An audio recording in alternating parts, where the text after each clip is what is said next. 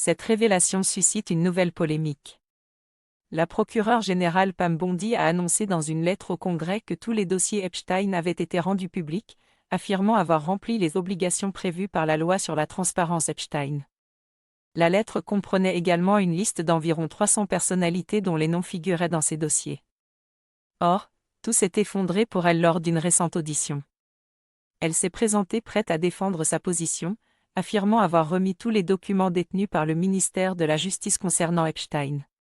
Mais un procureur républicain, censé la soutenir, a présenté des preuves irréfutables qui la contredisaient.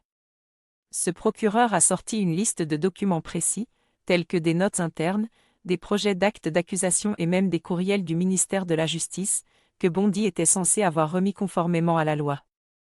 Bondi est restée sans voix, voyant s'écrouler en direct à la télévision tous ses arguments. C'est un coup dur, d'autant plus qu'elle s'appuie depuis des semaines sur cet argument de la publication intégrale des documents.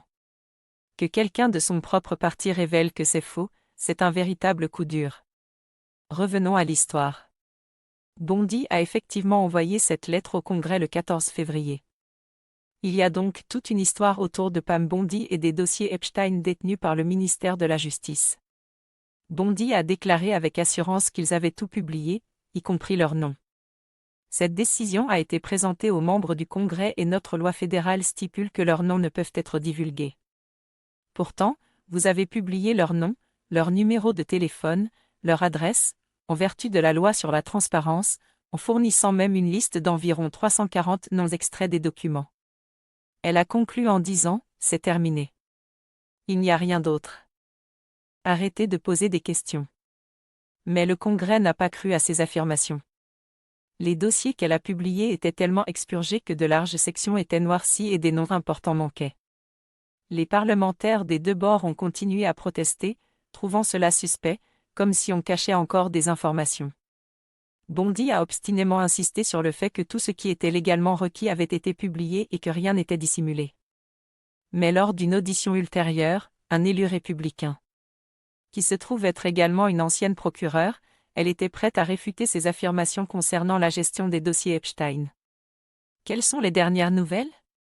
Oui, Craig.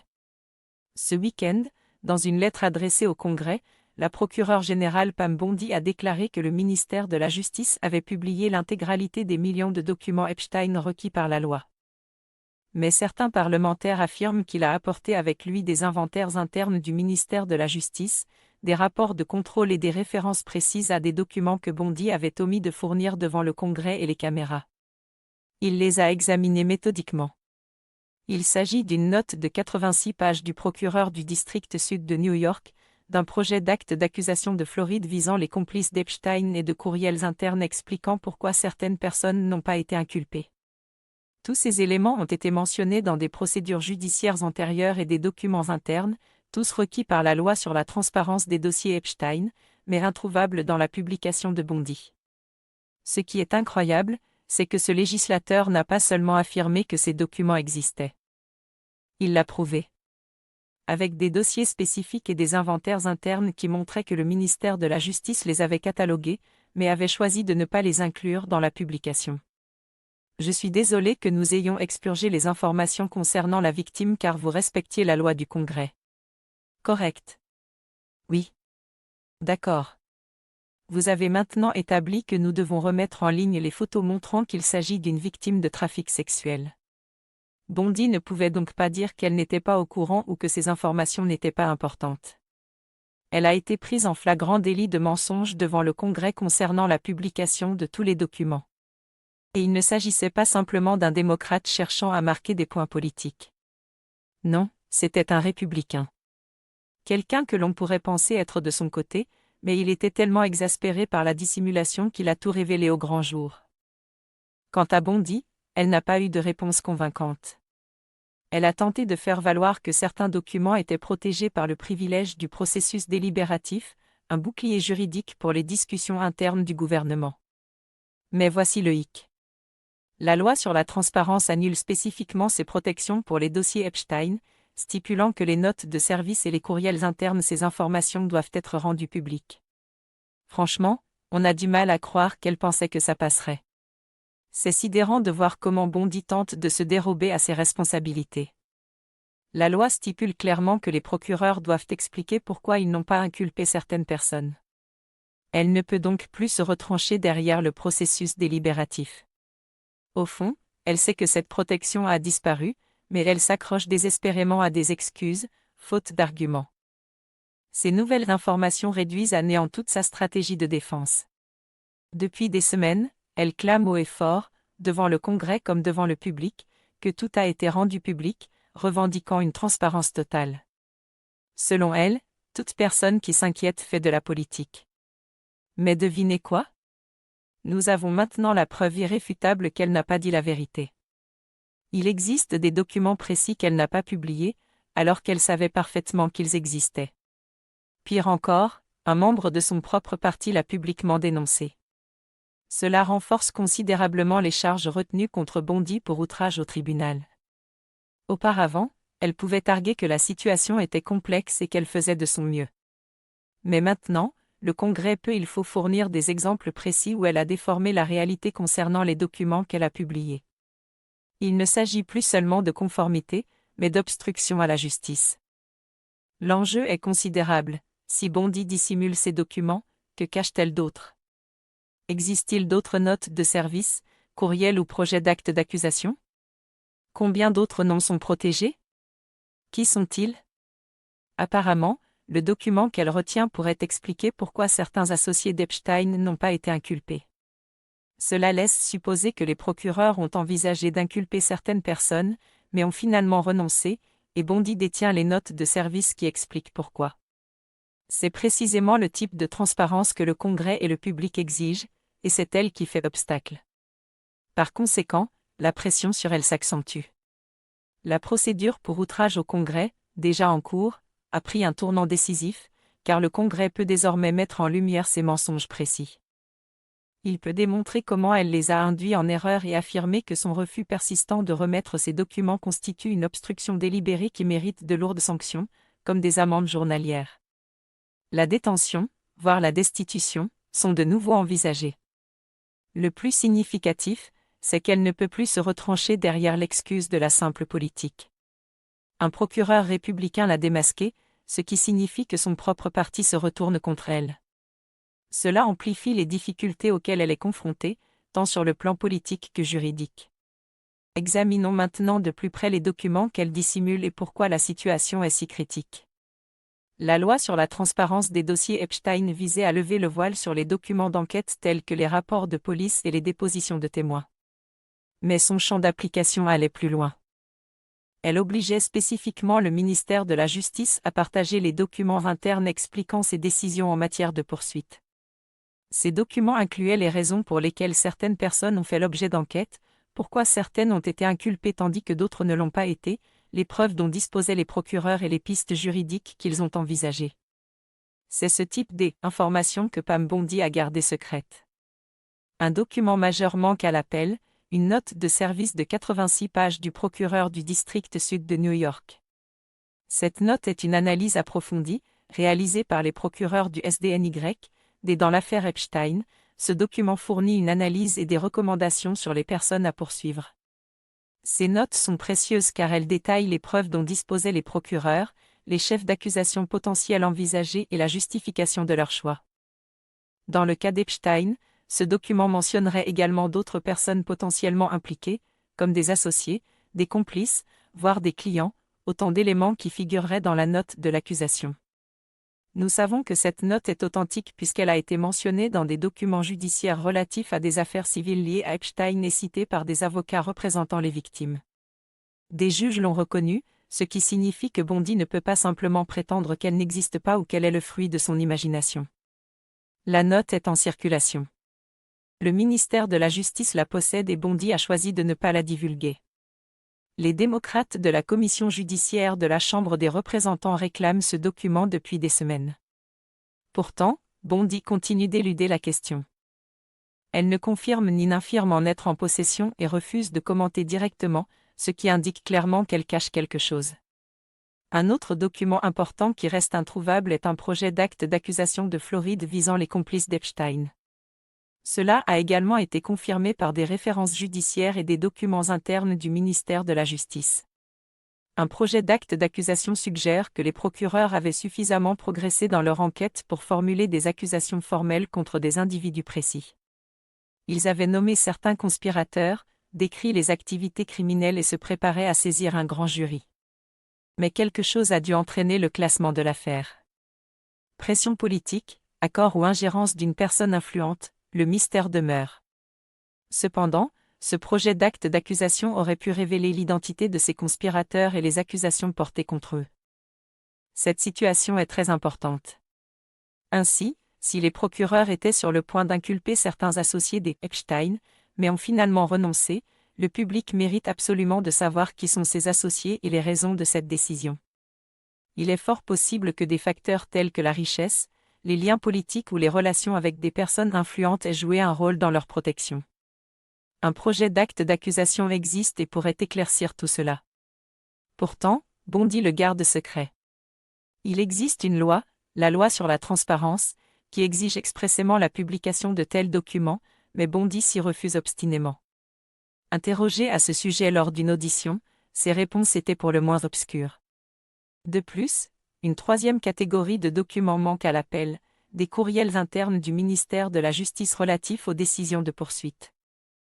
Un élu républicain a révélé l'existence de nombreux échanges de courriels entre des responsables du ministère de la Justice, des agents du FBI et des procureurs concernant l'enquête Epstein et les affaires connexes. Ces courriels permettraient de mettre en lumière les discussions internes sur les personnes à inculper, les preuves disponibles, les obstacles rencontrés, éventuellement, les pressions exercées pour dissuader certaines personnes de poursuivre. C'est précisément ce type de transparence que la loi sur la transparence visait à instaurer. Or, Bondi se retranche derrière le privilège du processus délibératif pour garder ses courriels secrets. Ce principe juridique protège généralement les conversations internes au sein du gouvernement, permettant aux fonctionnaires d'avoir des discussions franches et sans crainte de représailles. Tout doit être rendu public. En général, c'est une protection valable. Mais le Congrès a spécifiquement conçu la loi sur la transparence pour déroger à ce privilège concernant les dossiers d'Epstein. La loi stipule clairement que les notes de service, les courriels et les documents internes doivent être publiés, même s'ils seraient normalement protégés. Le Congrès voulait s'assurer que toute la vérité éclate. Bondi ne peut donc pas légalement utiliser ce privilège de confidentialité des délibérations pour dissimuler ses courriels. La loi l'annule explicitement. Pourtant, elle tente toujours de les garder secrets.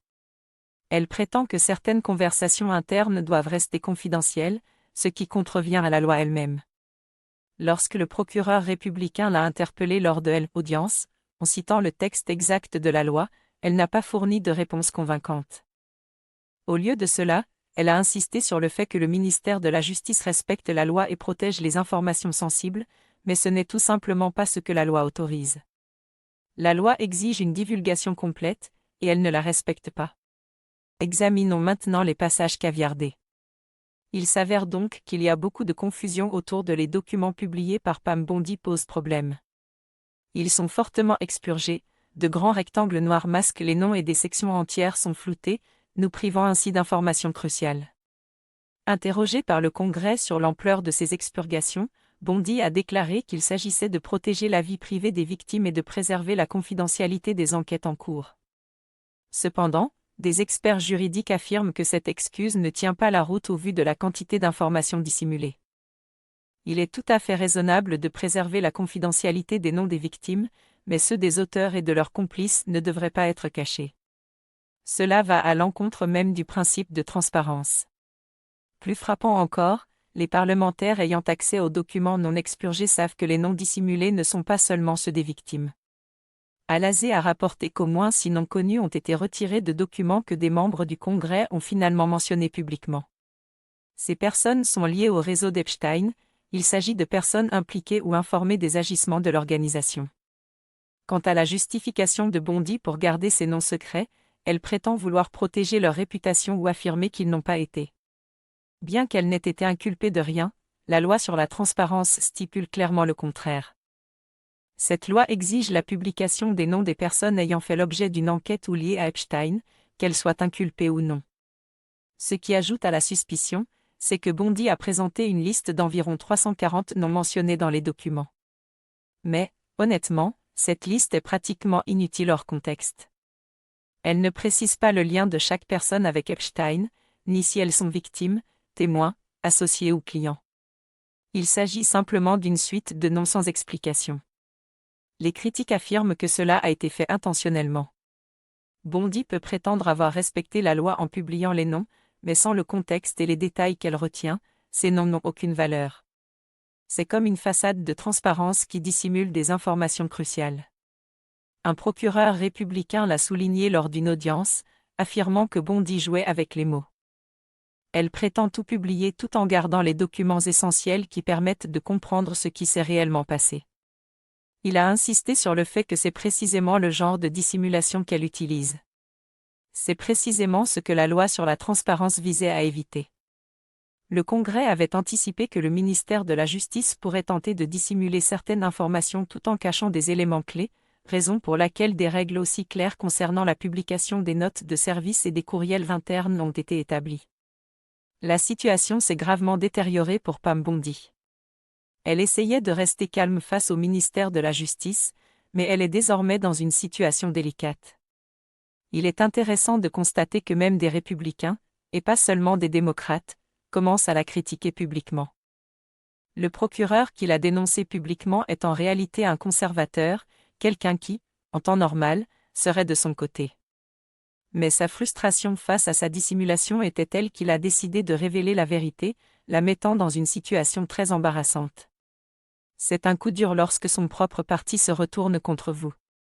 La dynamique a radicalement changé maintenant que le Congrès a la preuve qu'elle les a induits en erreur. Avant ce fiasco, Bondi pouvait arguer que tout était trop compliqué et qu'elle faisait de son mieux pour coopérer. Mais maintenant, il est clair qu'elle a menti. Ils peuvent désormais présenter les documents dont elle prétendait qu'ils n'existaient pas ou qu'ils n'étaient pas nécessaires. Des preuves qui indiquent c'est une toute autre histoire. Il ne s'agit pas simplement d'un désaccord sur la loi, mais d'obstruction et de mépris flagrant. C'est comme donner au Congrès des arguments de plus pour la tenir responsable. Et ce fiasco ne fait qu'alimenter les rumeurs de destitution. Mentir au Congrès n'est pas un jeu d'enfant. Induire les législateurs en erreur peut avoir de graves conséquences. Juridiquement parlant, si Bondi persiste à refuser de publier les documents malgré les révélations, elle pourrait s'exposer à une procédure de destitution. La définition des crimes et délits graves inclut l'obstruction au Congrès et la violation de la loi fédérale, et elle remplit les deux conditions. Alors que les appels à la destitution se multiplient, notamment avec le ralliement de certains républicains, la situation devient beaucoup plus critique pour elle. Revenons un instant sur les raisons pour lesquelles l'insistance de Bondi à affirmer avoir tout publié était un élément si crucial de sa défense. Elle a subi une pression énorme pour rendre publics tous les dossiers Epstein. Le Congrès lui avait même fixé un délai strict, qu'elle n'a pas respecté. Au lieu de cela, elle n'a publié que des dossiers partiels, comportant de nombreuses expurgations, ce qui a incité des législateurs des deux partis à l'accuser de protéger les puissants. Son argument principal était toujours le même. Elle affirmait avoir divulgué tous les documents requis et que quiconque prétendait le contraire n'agissait que par calcul politique. C'était sa défense contre les critiques et un moyen de se dédouaner. Mais aujourd'hui, cette défense s'est effondrée, la plaçant dans une situation très précaire. Un élu, fin connaisseur du fonctionnement du ministère de la Justice, s'est présenté à une audience avec des preuves accablantes démontrant que les affirmations de Pam Bondi étaient tout simplement fausses. Il a notamment cité un mémorandum de 86 pages du procureur du district sud de New York, un projet d'acte d'accusation de Floride et des échanges de courriels internes. Tous ces documents figurent dans les archives du tribunal et celles du ministère de la Justice. Leur existence est indéniable. Et Bondi a choisi de ne pas les divulguer. Cela réduit à néant sa défense selon laquelle elle aurait tout divulgué. C'est désormais prouvé être un mensonge. Elle ne peut même plus prétendre ignorer l'existence de ces documents puisqu'ils sont tous répertoriés dans les archives du ministère de la Justice. Ce qui rend la situation encore pire pour elle, c'est que cela vienne de quelqu'un de son propre parti. C'est un coup dur politiquement, car elle pouvait facilement balayer les critiques des démocrates en prétendant qu'ils faisaient preuve de partialité parce qu'elle travaille pour Trump. Mais lorsque ce sont ses propres collègues républicains qui la dénoncent, cela révèle une toute autre gravité de la situation. Si les conservateurs qui la soutiennent habituellement exposent maintenant ces mensonges, c'est le signe d'un problème sérieux. Cela donne l'image d'une dissimulation si flagrante que même son parti ne peut la défendre. Cet isolement est dangereux pour Bondi. Elle ne peut plus compter sur la loyauté du parti, et les conséquences de ses actes commencent à la rattraper. À présent, examinons ce que ces documents manquants pourraient révéler. Le mémorandum de 86 pages du procureur du district sud de New York permettrait de faire la lumière sur les preuves dont disposaient les procureurs contre Epstein et ses associés, sur les personnes visées par l'enquête, sur les accusations potentielles et sur les raisons pour lesquelles certaines personnes ont été ou non poursuivies. C'est le genre de transparence que tout le monde réclame, car il y a toujours eu des soupçons quant à la protection de certaines personnes influentes. Des noms tenus à elles, écart en raison de leur fortune ou de leurs relations politiques. Ce mémorandum du procureur pourrait soit confirmer ces soupçons, soit les dissiper. Mais Bondi garde le silence. Or, le projet d'acte d'accusation de Floride est encore plus explosif. Un projet signifie que les procureurs étaient prêts à porter des accusations précises. Ayant rassemblé des preuves et établi leurs arguments juridiques, ils étaient prêts à déposer des accusations formelles. Mais un imprévu est survenu et ces accusations n'ont jamais été rendues publiques. Le projet nous aurait permis de savoir qui étaient ces personnes, de quoi elles allaient être accusées et peut-être pourquoi les charges ont été abandonnées. Était-ce dû à un accord de plaidoyer, à des pressions politiques ou à une toute autre raison? Alors voilà. Ce projet d'acte d'accusation suggère que les procureurs pensent pouvoir prouver que d'autres personnes étaient impliquées dans des activités criminelles aux côtés d'Epstein, mais Bondi ne partage aucune preuve. C'est un peu suspect, non? Ces courriels internes du ministère de la Justice sont censés révéler ce qui se passait en coulisses, notamment qui insistaient pour que des accusations soient portées, qui s'y opposaient et si des personnes haut placées ont tenté d'influencer les décisions. C'est le genre de choses qui peuvent vraiment faire des révélations. Corruption et dissimulation, voilà probablement pourquoi Bondi cherche à étouffer l'affaire. Si ces courriels révèlent que des personnes influentes protégeaient les associés d'Epstein, cela mettrait au jour un scandale majeur susceptible d'ébranler toute l'administration. Bondi se retranche derrière le privilège du processus délibératif, arguant que ces discussions internes doivent rester confidentielles afin que les procureurs puissent faire leur travail sans interférence. Mais voilà le hic, le Congrès a élaboré la loi sur la transparence, Transparency Act, précisément pour lever ce privilège concernant les dossiers liés à Epstein. La loi exige la publication de tous ces documents internes, tels que les courriels et les notes de service, même s'ils sont habituellement protégés. C'est comme s'ils avaient anticipé que le ministère de la Justice tenterait de se cacher derrière ce prétexte et qu'ils s'étaient assurés de l'éliminer de la loi. Lorsqu'un procureur républicain a souligné ce point lors d'une audience, Bondi n'a pas eu grand-chose à répondre. Elle s'est contentée d'affirmer que le ministère de la Justice respectait la loi, alors que la loi indique clairement le contraire. Examinons maintenant les implications de cette situation pour la procédure d'outrage au tribunal engagée contre elle. L'information a été révélée, et l'affaire semblait floue, donnant lieu à une tentative d'outrage au Congrès. Certes, le Congrès pouvait arguer que Bondi n'avait pas respecté le délai de publication des documents, mais elle pouvait tout aussi bien affirmer en avoir publié une grande partie et que la conformité était complexe. On avait l'impression d'un classique conflit de versions. Mais désormais, le Congrès dispose de preuves solides pour étayer ces accusations. Il peut citer des documents précis que Bondi prétendait avoir publiés, mais qu'elle n'a pas transmis, démontrant ainsi qu'elle les a induits en erreur sur ce qui était réellement conforme. Il ne s'agit plus d'une simple question d'interprétation. C'est comme si elle mentait au Congrès. Cela renforce incontestablement leur dossier d'outrage. Les mesures strictes envisagées semblent désormais bien plus probables. Puisque le Congrès peut étayer ses arguments par des preuves des mensonges de Bondi, il peut démontrer avec force qu'elle ne se contente pas de manquer à ses obligations. La situation se complique sérieusement pour Pam Bondi, n'est-ce pas? Elle tente d'induire le Congrès en erreur sur les informations qu'elle est censée publier. Et il ne s'agit pas d'un simple oubli. Ce genre de comportement pourrait entraîner de lourdes sanctions telles que des amendes journalières, voire une détention. Les conséquences potentielles sont lourdes, d'autant plus qu'une républicaine est à elle origine de ces révélations trompeuses. Il sera bien plus difficile pour ses partisans de prétendre qu'il s'agit d'une simple querelle partisane. N'oublions pas qu'induire le Congrès en erreur est une affaire grave. Il s'agit potentiellement d'une infraction pénale. On parle ici d'obstruction au Congrès et de fausses déclarations à des fonctionnaires fédéraux. Même si cela ne relève pas strictement du pénal, cela justifie assurément une procédure de destitution. Les crimes et délits graves englobent des actes tels que l'abus de pouvoir et l'obstruction au contrôle parlementaire. Et Bondi semble remplir ces deux conditions. Elle utilise clairement sa fonction de procureur général pour dissimuler des informations que le Congrès souhaitait voir divulguées, tout en mentant à ce sujet. C'est un comportement typiquement passible de destitution. Maintenant que les républicains commencent à la critiquer, la destitution paraît de plus en plus probable. Mais voici le hic, Bondi travaille pour Trump. Le dossier qu'elle refuse de divulguer pourrait protéger un de ses proches. Peut-être Trump lui-même, ses principaux donateurs ou ses alliés politiques. Qui? Que sait-elle exactement? Car elle ne laisse personne consulter ses documents. Le fait qu'elle risque l'outrage au Congrès, la destitution, voire la prison pour garder ses dossiers secrets montre à quel point ils sont importants pour la personne qu'elle protège.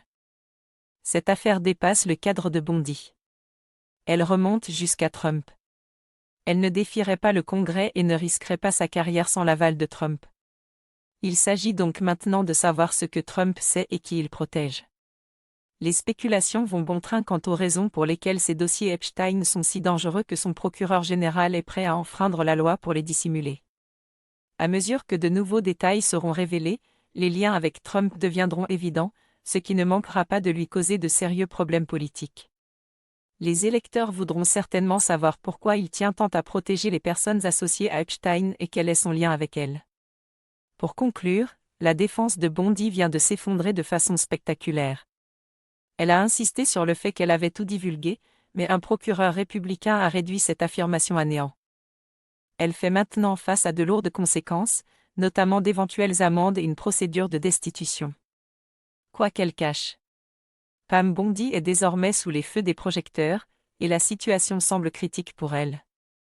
On parle beaucoup ces derniers temps de certains associés d'Epstein qui n'ont pas été inculpés, et le public veut absolument savoir qui ils sont, quelles preuves existent contre eux et pourquoi ils ont été blanchis. Il est clair que l'opinion publique réclame de la transparence dans cette affaire. Mais Pam Bondi semble tout faire pour étouffer l'affaire.